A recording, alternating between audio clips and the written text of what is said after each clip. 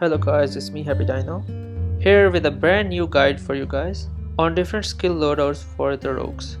It took a lot of work, but I'm happy to announce that I ended up finding 5 different builds for rogues which are absolutely amazing. Each different skill loadout I have handpicked for each different map situations in the game. So sit back, relax and enjoy the video. Okay, so first on the list is a gold farming loadout. You guys can use this loadout to farm in Elite Rahab and Hedora boss in 86 level map zones. Disclaimer, it doesn't work in EZG. I will be sharing a different loadout build for EZG separately. Okay, so first of all, for Shadow Piercer you will be going for the first 3 upgrades and skipping the last one, because leading dagger is not good for farming the bosses, because this targets 3 enemies and you're just targeting 1 enemy, which is the boss, so it's not useful to you in this aspect. Next up, aim shot. Everybody knows how to use this skill and this is the most OP power skill for rogues, so I won't say anything about this. Everybody knows it's OP, just get it fully upgraded. Okay, now Razor Shield. Just get the last 3 upgrades and don't go for the first upgrade, namely Whirling Razors. Actually what it does is it gives you more dodge for 20%, but nowadays at 86 cap everybody is at 75% dodge, which is the cap, and you can't go higher than your cap, so it's just kind of a waste of a skill point. Okay, so if you're not using any force bow along with your Kraken set, then I would recommend for you guys to go with a Shadow Veil, like full 4x4 upgraded. But if you happen to be using a force bow along with your Kraken set, then I would recommend you guys to go for a Noxus Bolt 4x4 charged. Reason being, Noxus Bolt is for proccing your stuff faster, and what you need to do with that kind of build is like just proc your Krakens and then switch to the force bow, so that would be a better match for you guys if you are using that kind of setup.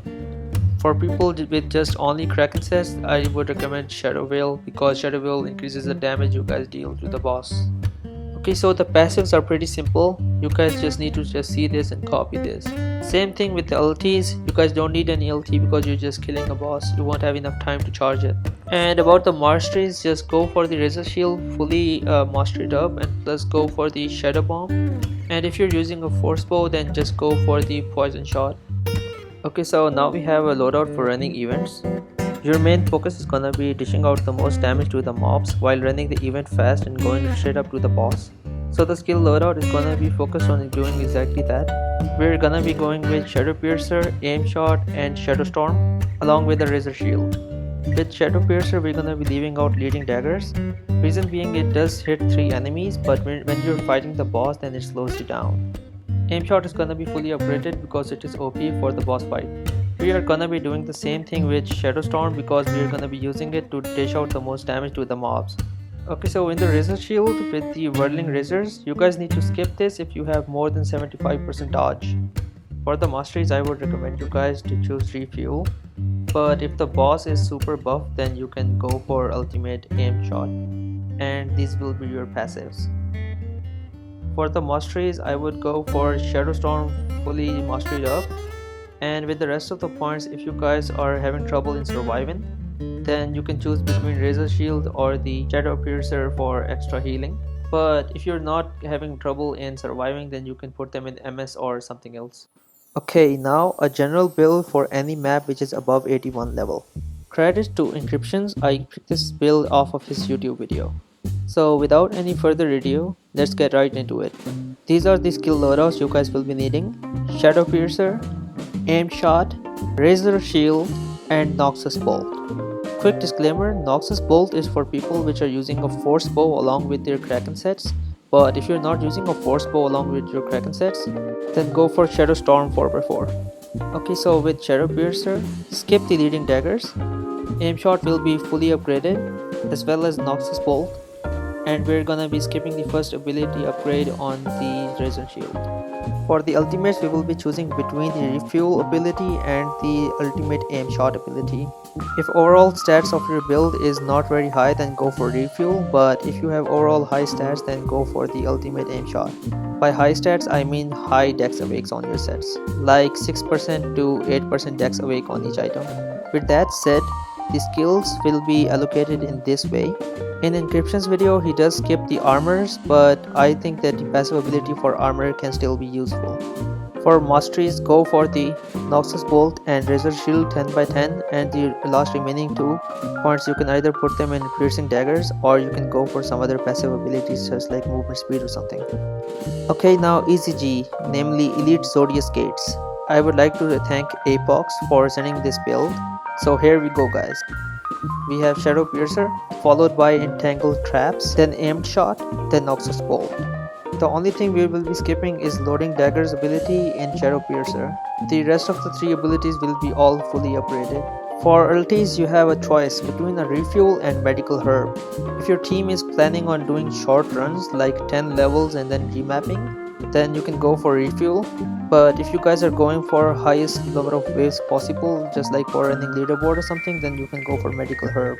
These are the passive abilities you guys will be choosing, while skipping the armor passive because we will be using them into masteries.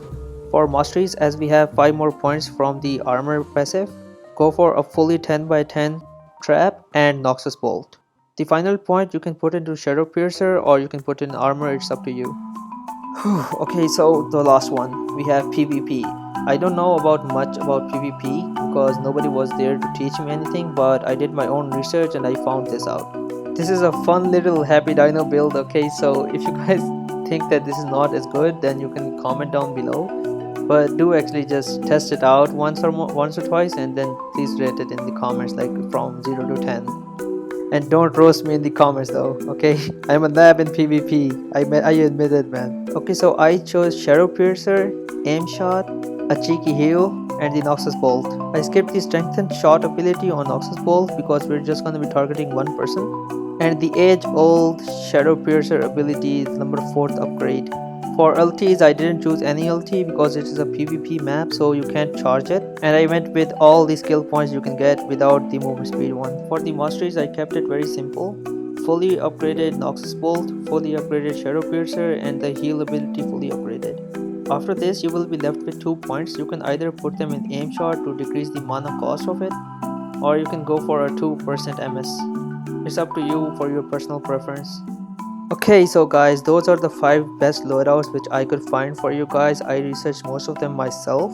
If you liked the video, then a subscribe would be amazing.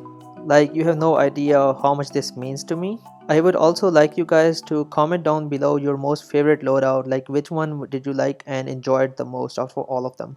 Also try out the PvP build. How is it? I would be waiting for your comments, so just comment down below whatever you guys think about the video.